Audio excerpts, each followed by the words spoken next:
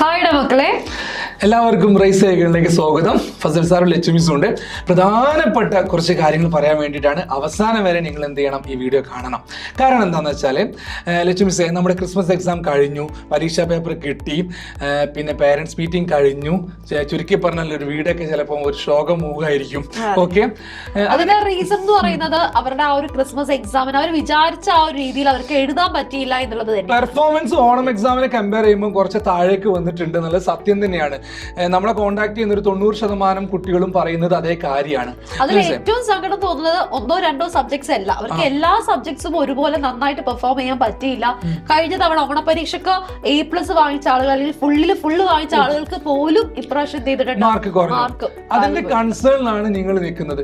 അപ്പൊ നമ്മൾ ആദ്യം അനലൈസ് ചെയ്യേണ്ടത് അതിന്റെ കാരണങ്ങളല്ലേ മിസ്സേ, എന്തുകൊണ്ടാണ് നിങ്ങൾക്ക് അത് സംഭവിച്ചത്?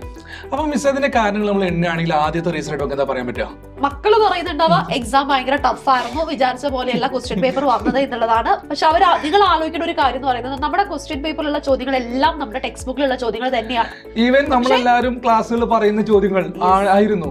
പക്ഷെ നമ്മളെല്ലാവരും പറയുന്ന കൺസേൺ എന്താ അറിയും, പക്ഷേ എന്ന സാധനം എന്താ അറിയോ മിസ്സേ, ഫസ്റ്റ് ടൈം ക്വസ്റ്റ്യൻ വന്നു.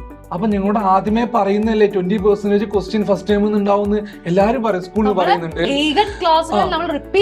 നമ്മുടെ ഓൺലൈൻ ക്ലാസ്സിൽ പറയുന്നുണ്ട്, യൂട്യൂബിൽ പറയുന്നുണ്ട്, സ്കൂളിൽ ട്യൂഷൻ ക്ലാസ്സിലൊക്കെ പറയുന്ന കാര്യമാണ്. പിന്നെ നിങ്ങൾ പഠിക്കാത്തത് ടീച്ചേഴ്സിന്റെ കുറ്റമാണോ? അല്ലല്ലോ. പല ആളുകളും ഇമ്പോർട്ടൻസ് കൊടുത്തത് ആ സെക്കൻഡ് ടേം. അപ്പൊ ആ ഒരു മാർക്ക് നിങ്ങൾക്കുള്ള ഒരു 56-60 മാർക്കൊക്കെയാണ് 80 കിട്ടിയത് നല്ല പെർഫോം ചെയ്യുന്ന കുട്ടികൾക്ക്. പിന്നെയാണെങ്കിലോ 40, 28, 26, 30, 32 ആ റേഞ്ചിലേക്ക് കുറഞ്ഞു. A+ B+ എത്തിപ്പോയി. അപ്പൊ നമ്മൾ ഈ പ്രശ്നങ്ങളുടെ കാര്യം പറയുന്ന സമയത്ത് ഇനിയിപ്പോ അത് നോക്കിയിരുന്നിട്ട് കാര്യമില്ല. പിന്നെ വാല്യുവേഷൻ കുറച്ച് ടഫായിട്ടുണ്ടാകും. കാരണം ടീച്ചേഴ്സിന് ഒരു മെന്റാലിറ്റി ഉണ്ട്, ഓണം എക്സാമിന് മാർക്ക് കൊടുക്കാം, ക്രിസ്മസ് എക്സാമിന് ഒന്ന് പിടിക്കണം.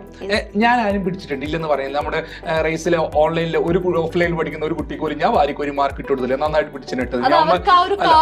ഞാൻ അടിയിൽ വന്ന് തന്നെ ചീത്ത പറയാൻ എനിക്കറിയില്ല, അത് വേറെ കാര്യം. പക്ഷെ എന്നാലും അതൊക്കെ ഒരു ഗൗരവം വരാൻ വേണ്ടിയിട്ട് തന്നെയാണ്, വെറുതെ ഒന്നും മാർക്ക് ഇട്ട് കൊടുക്കുന്ന പരിപാടിയില്ല. അപ്പൊ അതൊക്കെ നമുക്ക് വിടാം, മാർക്ക് കുറഞ്ഞത് സത്യം തന്നെയാണ്. പക്ഷെ എനിക്ക് ഏറ്റവും വലിയ സങ്കടം എന്താ പറയുക, ഇവർക്ക് ക്വസ്റ്റ്യൻ പേപ്പർ വായിച്ചിട്ട് പല ക്വസ്റ്റ്യൻസും കുറച്ച് ട്വിസ്റ്റഡ് ആയിട്ടാണ് ചോദിച്ചത്. ആ ട്വിസ്റ്റഡ് ക്വസ്റ്റ്യൻസ് വായിച്ചിട്ട് അവർക്ക് മനസ്സിലാക്കാതെ അവർ വിട്ടുകളഞ്ഞ കുറെ ക്വസ്റ്റ്യൻസ് ഉണ്ട്. അങ്ങനെയാണ് പല ആളുകൾക്കും മാർക്ക് കുറഞ്ഞു പോയത്. പക്ഷെ നിങ്ങൾ ആലോചിക്കുക, നിങ്ങളെ പഠിപ്പിച്ചതായിട്ടുള്ള ടോപ്പിക്കുകൾ തന്നെയാണ്. പിന്നെ പഠിപ്പിക്കുന്ന സമയത്ത് ചിലപ്പോൾ സ്കൂളുകളിലാണെങ്കിലും ഒക്കെ ഫാസ്റ്റ് ആയിട്ട് പോർഷൻസ് തീർത്തിട്ടുണ്ടാവും. കാരണം അവരുടെ സാഹചര്യങ്ങൾ അങ്ങനെയാണടാ, അവർക്ക് യൂത്ത് കാര്യങ്ങളൊക്കെ വരുന്നതുകൊണ്ടാണ്. അപ്പൊ നമ്മൾ ആലോചിക്കേണ്ടത് പ്രശ്നങ്ങൾ നോക്കിയിരുന്നിട്ട് കാര്യമില്ല, ഞാൻ സൊല്യൂഷനെ കണ്ടെത്തുന്നുണ്ട്, ഇനി എന്താ ചെയ്യാൻ പറ്റുക എന്നുള്ളതാണ്. അപ്പൊ ഇനി ചെയ്യാൻ പറ്റുന്ന കാര്യങ്ങൾ ആദ്യം തന്നെ മനസ്സിലാക്കുക. നിങ്ങൾ എക്സാം ക്രിസ്മസ് എക്സാം എഴുതാൻ പോയത് വിത്തൗട്ട് എനി പ്രിപ്പറേഷൻ, ഒരു പ്രിപ്പറേഷൻ ഇല്ലാതെ നേരെ ഡയറക്റ്റ് പോയിട്ട് എഴുതിയ എക്സാം ആണ്. തലേ ദിവസം മാത്രം പഠിച്ചു. അല്ലാതെ നിങ്ങൾക്ക് പറയാൻ പറ്റുമോ, ഞാൻ ക്രിസ്മസ് എക്സാമിന്റെ മാത്സ് എക്സാമിനേഷന് വേണ്ടി 4 ദിവസം ഇരുന്ന് പഠിച്ചിട്ടുണ്ട്, കെമിസ്ട്രിക്ക് വേണ്ടി ഞാൻ 3 ദിവസം ഇരുന്ന് പ്രിപ്പയർ ചെയ്തിട്ടുണ്ട്, എല്ലാ ചാപ്റ്റേഴ്സ് റിവൈസ് ചെയ്ത്. നിങ്ങളൊന്നും ചെയ്തില്ല.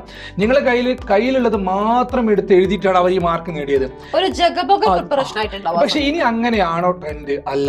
നിങ്ങളുടെ സ്കൂളിൽ റിവിഷൻ ക്ലാസ് വരാൻ പോകുന്നു, ട്യൂഷൻ ക്ലാസ്സിൽ റിവിഷൻ ക്ലാസ് വരാൻ പോകുന്നു, നമ്മുടെ ഓൺലൈൻ പ്ലാറ്റ്ഫോമിൽ നമ്മുടെ റൈസ് സൈക്കിളിൽ റിവിഷൻ ക്ലാസ് വരുന്നുണ്ട്. ഇങ്ങനെ ഓരോ സ്ഥലത്ത് റിവിഷൻ ക്ലാസ്സുകളുമായിട്ട് ക്വസ്റ്റ്യൻ പേപ്പറുകളുമായിട്ട് മല്ലിടുന്ന ദിവസങ്ങളാണ് വരാൻ പോകുന്നത്.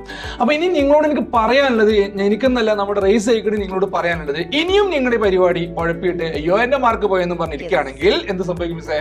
പഴയ കാര്യങ്ങൾ ആലോചിച്ചിരുന്നു കഴിഞ്ഞാൽ അടുത്ത പരീക്ഷ നിങ്ങൾക്ക് നന്നായിട്ട് എഴുതാൻ പറ്റില്ല. സോ ഇനി നിങ്ങൾ തീരുമാനിക്കുക, ഇനിയുള്ള ദിവസങ്ങൾ എഫക്റ്റീവ് ആയിട്ട് മാക്സിമം ക്വസ്റ്റ്യൻസ് പ്രാക്ടീസ് ചെയ്യുന്ന രീതിയിൽ നിങ്ങളെ തന്നെ തയ്യാറെടുക്കുക. എന്നാൽ മാത്രമേ ഇനി വരാൻ പോകുന്ന എക്സാം നിങ്ങൾക്ക് എഴുതാൻ പറ്റുള്ളൂ, വിചാരിച്ച പോലെ.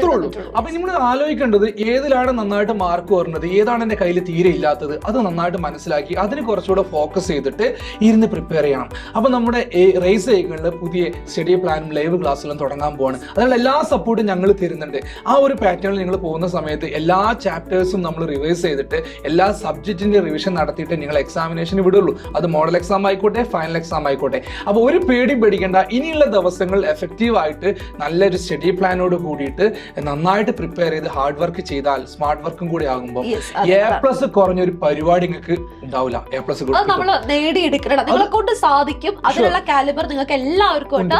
സോ അതിന് വേണ്ട ഗൈഡൻസ് ഞങ്ങൾ തരും. ആ ഗൈഡൻസ് കറക്റ്റ് ആയിട്ട് ഫോളോ ചെയ്ത് കഴിഞ്ഞിട്ടുണ്ടെങ്കിൽ ഞങ്ങൾക്ക് വിശ്വാസമുണ്ട് നിങ്ങൾക്ക് നേടിയെടുക്കാൻ സാധിക്കുന്നുള്ളത്. അത് അതിന് വേണ്ടി നിങ്ങൾ ഇനിയുള്ള ദിവസങ്ങൾ നിങ്ങൾ മെനക്കെടണം, നന്നായിട്ട് എന്ത് ചെയ്യുക, പ്രിപ്പയർ ചെയ്യാം. പിന്നെ നിങ്ങൾക്ക് ഇനി എന്താണ് കൺസേൺ, നിങ്ങളുടെ പ്രശ്നങ്ങൾ എന്താണെന്ന് താഴെ നിങ്ങൾ എന്ത് ചെയ്യുക, ചാറ്റ് കമന്റ് ബോക്സിൽ പറയാം. ഓക്കെ, മാത്രമല്ല പിന്നെ ഉറക്കത്തിന് സൊല്യൂഷൻ ചോദിക്കുന്നവരുണ്ട്, മടി മാറ്റാനുള്ള സൊല്യൂഷൻ ചോദിക്കുന്നവരുണ്ട്, സ്റ്റഡി പ്ലാൻ സ്റ്റഡി പ്ലാന്റെ കാര്യം ഞാൻ ആദ്യമേ പറഞ്ഞാണ്. സ്റ്റഡി പ്ലാൻ നിങ്ങൾ തന്നെ സെറ്റ് ചെയ്യണം. അതിനുള്ള മാർഗ്ഗങ്ങളൊക്കെ നമ്മുടെ വീഡിയോ അപ്ലോഡ് ചെയ്തിട്ടുണ്ട്, ഇപ്പൊ തന്നെ സെറ്റ് ചെയ്യാം.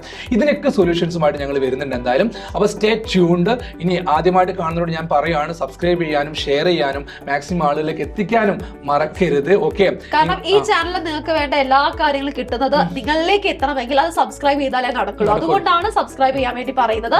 പിന്നെ നിങ്ങളുടെ ഫ്രണ്ട്സ്, നിങ്ങളുടെ സെയിം ബുദ്ധിമുട്ട് ഫേസ് ചെയ്യുന്ന ഒരുപാട് കുട്ടികളുണ്ടാവും, അവരിലേക്ക് നിങ്ങൾ എന്ത് ചെയ്യാം, തീർച്ചയായിട്ടും നിങ്ങൾ ഷെയർ ചെയ്യാം കേട്ടോ. അപ്പൊ എനിവേ ഞങ്ങൾ ഇപ്പൊ പോകുന്നു. Thank you, bye, stay tune. വീണ്ടും കാണാം.